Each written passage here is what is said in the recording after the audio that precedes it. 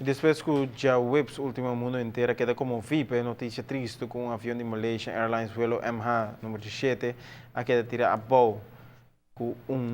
não há nenhum sobrevivente a bordo. Obviamente, o Conselho de Ministros em sua totalidade bem junto para assinar firma buque de condolência foi falecido durante o vuelo MH17, mirando que o vuelo estava tendo 193 passageiros de nacionalidade holandesa. E que era mostrar solidariedade para o reino de momento difícil aqui, como a Constituição assina, passa a tour diferença de opinião que o portava da Obviamente, o Conselho de Ministros, em sua totalidade, viene firma e buque de condolência para o sucedido na Holanda. Uma quantidade grande de holandeses, mas também pessoas de outros países sofrem uma perda de vida grande de incidente de avião muito trágico e está momento que o mundo está convive com o falecido, mas também com a realidade de uma violência assim grande que toca tranquilidade e paz e também respeito para a gente e para a vida de gente do mundo.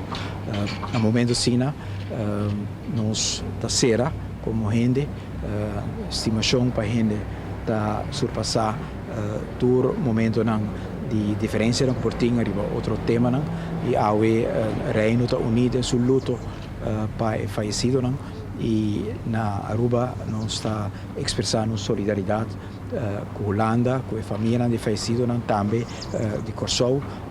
com momento assim doloroso com tanto gente inocente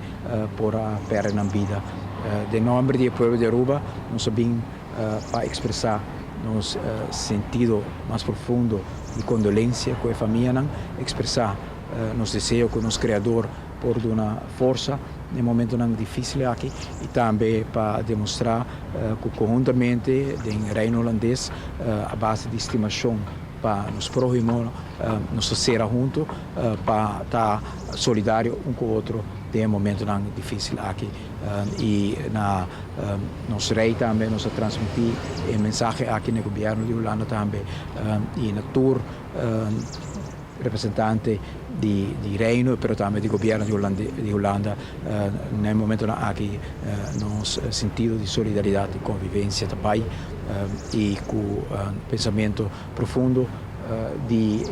duele de família de nosso coração também. O vuelo aqui a sali de último foi Amsterdam, Holanda, rumo Kuala Lumpur. O vuelo tinha total de 298 pessoas a bordo, que lastimamente perderam a vida tragicamente. Ora que o rebelde a tomar decisão de não para lançar ataque de míssil de avião aqui. De parte de ATV também nós manda desejar a família hobby força. De momento difícil aqui.